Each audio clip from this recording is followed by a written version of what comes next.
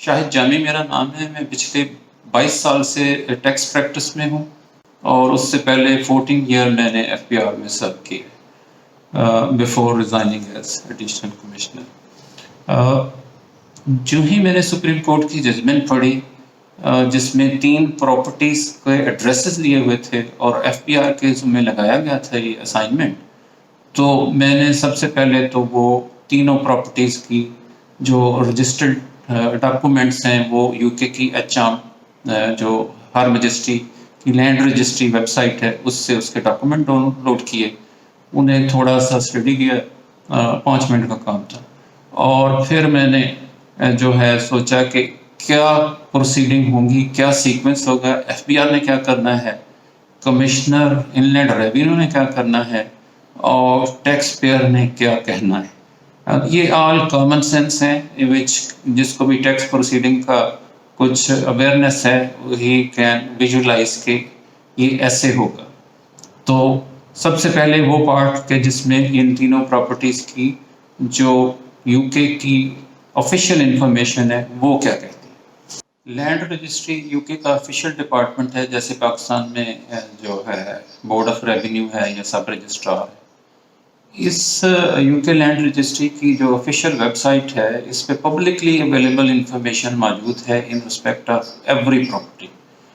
تو یہ جو انفارمیشن ہے بنیادی طور پہ اس کے 4 حصے ہیں. پہلے حصے میں یہ ہے کہ رجسٹرڈ اونر کون ہے، سیکنڈ میں یہ ہے کہ کس ڈیٹ سے اونر ہے، تھرڈ یہ ہے کہ کیا پرائس پے کی گئی، اور فورتھ یہ کہ کیا کوئی لون ہے یا کوئی یکمشت ادائیگی کی گئی. تو اس کو آپ دیکھتے ہیں کہ جی سپریم کورٹ کی ججمنٹ میں جو 3 پراپرٹیز مینشنڈ ہیں ان کی یو کے لینڈ رجسٹری کے ریکارڈ میں کیا پوزیشن ہے، اور اس پہ کوئی تھوڑے سے کمنٹ بھی جو ہے وہ ہو سکتے ہیں. یہ جو پہلی پراپرٹی ہے یہ فلیٹ ہے، 6 فلور فلیٹ، اور اس ڈاکومنٹ کے مطابق جو رجسٹرڈ ٹائٹل ہے وہ اس کی ڈیٹ ہے 20 اکتوبر 2011 اور پرائس میں لکھا ہوا ہے کالم ہے ناٹ اویلیبل.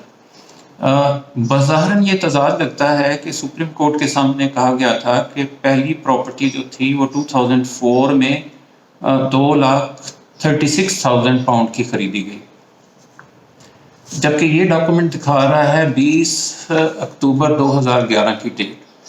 لیکن یہ ریکنسائل کی جا سکتی ہے کامن سینس سے ہی کہ 2004 میں جو ہے یہ اوریجنلی خریدی گئی ہے یہ پراپرٹی، اور یہ کیونکہ فلیٹ تھا اس کا پھر بعد میں لیز ایکسٹینشن کرایا گیا 20 اکتوبر 2011 کو، اور اس میں اس کا جو لیز پیریڈ ہے مینشن وہ 5 اکتوبر 2011 سے 2175 یعنی 164 سال کا یہ لیز ہے. تو موسٹ پروبیبلی یہ لیز ایکسٹینشن ہی اس وقت وہاں نظر آ رہی ہے. پہلی جو تھی وہ یعنی پہلی پرچیز 2014 والی وہ کہیں بیک گراؤنڈ میں چلی گئی، that is not publicly available list میں. ہوپ فلی جو 2,36,000 اس کی پرائس بتائی گئی تھی سپریم کورٹ کو، that includes the initial payment made in 2004 as well as جو لیز ایکسٹینشن پہ جو بھی پیمنٹس کی گئی جو تھا پرسن لیز جو ہو پہلا جس کی اونرشپ ہے، جو گورنمنٹ کے کو ویریس ٹیکسز فیس وغیرہ تھے وہ ملا کے hopefully it is 2,36,000 pound ان سب کو ملا کے یہ بنتی ہے. تو ٹیکس اینگل سے دیکھا جائے تو اس کی یہ سچویشن 2 ٹیکس ایئر میں آئے گی. پرچیز آف پراپرٹی کی جو اوریجنل پیمنٹ ہے وہ دیکھی جائے گی ٹیکس ایئر 2004 میں، اور جو یہ لیز ایکسٹینشن پہ جو چارجز ہوئے ہیں اضافی یہ ٹیکس ایئر 2012 میں دیکھے جائیں گے، کیونکہ یہ اکتوبر 2011 ہے تو یہ ٹیکس ایئر 2012 بنا. جو سیکنڈ پراپرٹی ہے یہ اس کی رجسٹرڈ جو ڈیٹ ہے یہ ہے اپریل 2013، اور یہ میڈم اور بیٹے کے نام ہے، اور اس کی پرائس پیڈ جو لکھی ہوئی ہے وہ 2,45,000 ہے. اس میں بھی دیر از نو لینڈر، کوئی لون لے کے نہیں خریدی گئی، میننگ ڈیئر بائی کہ یکمشت ادائیگی سے ہی ہوئی ہے. تھرڈ جو پراپرٹی ہے یہ اس میں تھوڑی دو ڈیٹس ہیں اور یہ make an interesting situation from the tax angle. یہ اس کی رجسٹرڈ ڈیٹ کی جو ڈیٹ ہے وہ 8 جولائی 2013 ہے، جو کہ ٹیکس ایئر 2014 میں فائل کرتی ہے، جبکہ اسی ڈاکومنٹ کے اندر لکھا ہوا ہے کہ پرائس واز پیڈ آن 28 جون 2013، price of 2,70,000 pound, meaning thereby کہ اس کو 2,70,000 پاؤنڈ کے حوالے سے سورس جو ہے وہ ٹیکس ایئر 2013 میں فائل کرتا ہے، اور 30 جون کے بعد اگر کوئی مزید اخراجات ہوئے رجسٹرڈ ہونے تک 8 یعنی جولائی تک، تو وہ 2014 میں آئے گی. یعنی وہ کوئی چھوٹی موٹی اگر اماؤنٹ ہوگی تو وہ 14 میں جائے گی، ادروائز وہ بھی اخراجات اگر پہلے ہی ہو گئے ہیں تو وہ بھی سارے جو ہیں 2013 میں ہی دیکھے جائیں گے. تو that is the publicly available information کی تھوڑی سی وضاحت کہ اس سے کیا مراد ہے. اب آتے ہیں کہ جی ایف بی آر نے کیا کرنا ہے، کمشنر ان لینڈ ریویو نے کیا کرنا ہے، اور پروبیبلی ٹیکس پیئر کیا کرے. Let's see in the honourable supreme court نے اپنی ججمنٹ میں جو ہے نا ایف بی آر کو ڈائریکشن دے دی کہ وہ ایک کمشنر کو یہ معاملہ اسائن کرے، اور کمشنر جو ہے اس کا آگے 60 دنوں میں فیصلہ کرے. اس میں تھوڑے سے پریلیمنری سٹیپس ہیں، ہم دیکھ سکتے ہیں، کامن سینس سے دیکھ سکتے ہیں، جنہیں ٹیکس کی پروسیڈنگ کی تھوڑی بہت انڈرسٹینڈنگ ہے کہ کیا سیکوینس ہوتا ہے. اب یہ سپریم کورٹ کی ڈائریکشن کے بعد جو ہے ایف بی آر نے کیا کرنا ہے اور متعلقہ کمشنر ان لینڈ ریونیو نے کیا کرنا ہے. تو ایف بی آر نے شروع میں 2 آرڈر ایشو کرنے ہیں. پہلا آرڈر ہوگا جورسڈکشن آرڈر، وہ اس نے اس کمشنر کو ان میڈم اور ان کے جو بچوں کے کیسز اسائن کرنے، یہ بائی نیم اسائن ہو گئے. دوسرا آرڈر جو ہے وہ section 214A of the income tax ordinance کے تحت ہوگا. اس سیکشن میں نا کسی قسم کی بھی جو ٹائم لمیٹیشن ہے ایف پی آر وہ کنڈول کر سکتی ہے. Time limitation both for the tax payer اور اپنے آفیسر دونوں کے لیے یہ ٹائم لمیٹیشن ایکسٹینڈ کر سکتے ہیں. تو یہ کیونکہ اس میں ایک پراپرٹی 2004 کی ہے اور سپریم کورٹ نے تینوں پراپرٹی کے حوالے سے کہا ہے جی کہ ان کو پروو کریں، ان کے سورس دیکھیں فیملی کے پاس، تو نیچرلی یہ ایف بی آر کو لمیٹیشن ایکسٹینڈ کرنی ہوگی. تو ایک آرڈر اس سیکشن 214A کے تحت ایف بی آر کرے گا، جس میں وہ لمیٹیشن کو ایکسٹینڈ کریں گے. 4 طرح کی لمیٹیشن ایکسٹینڈ ہوگی اس آرڈر کے ذریعے. پہلی یہ ہوگی کہ ٹیکس ایئر 2004 تک کے جو ہے نوٹسز انڈر سیکشن 114 جو کہ ریٹرن آف ٹوٹل انکم کے لیے نوٹس ہوتا ہے وہ دیے جا سکیں. دوسری نوٹس انڈر سیکشن 116 جو کہ ویلتھ اسٹیٹمنٹ یعنی ڈیکلریشن آف ایسٹس جو ہے وہ دیا جائے.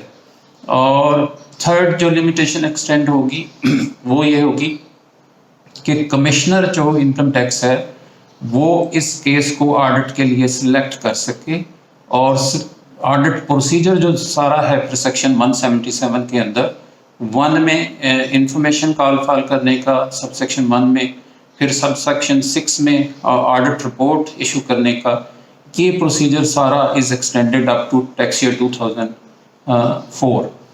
فورتھ جو لمیٹیشن ایکسٹینڈ کرنی ہوگی وہ ہوگی آف میکنگ اسیسمنٹ. اسیسمنٹ کے 2 سیکشن ہیں، ایک سیکشن 122 ہے جہاں ٹیکس پیئر نے کمپلائنس کی ہو 122 ہوتا ہے، اور جہاں ٹیکس پیئر کمپلائنس نہ کرے تو وہ سیکشن 121 یعنی ایکس پارٹی اسیسمنٹ. یہ دونوں انیبلنگ پروویژن ہیں، یہ بھی ایکسٹینڈ کرنی ہوگی کہ آئدر سچویشن میں آفیسر کے پاس اختیار ہو کہ وہ ایکسٹینڈڈ پیریڈ جو اس کو مل گیا ہے اس کے ہر سال کا وہ فیصلہ کر سکے. اب آتے ہیں کہ کمشنر نے کیا کرنا. یہ بھی کامن سینس ہے، اور کوئی بھی جو ٹیکس کی پروسیڈنگ کی تھوڑی بہت سوچ بوجھ رکھتا ہے وہ اس کو سمجھ سکتا ہے کہ یہ کوئی کیس ایکسیپشن نہیں ہوگا، یہ ایکسٹینڈڈ پروسیجر میں یہ سٹیپس آئیں گے، یہ باتیں پوچھی جائیں گی. اس میں سمجھتا ہوں کہ سب سے پہلے کمشنر جو ہے وہ نوٹس دے گا سیکشن 114 اور 116 کا. سائملٹینیسلی یہ دونوں نوٹسز دے دے گا کہ جی 2004 سے لے کے اگلے سارے سالوں کی جن کی ریٹرنز نہیں آئی ہوئی وہ ریٹرنز دی جائیں اور ہر سال کی ویلتھ اسٹیٹمنٹ دی جائے.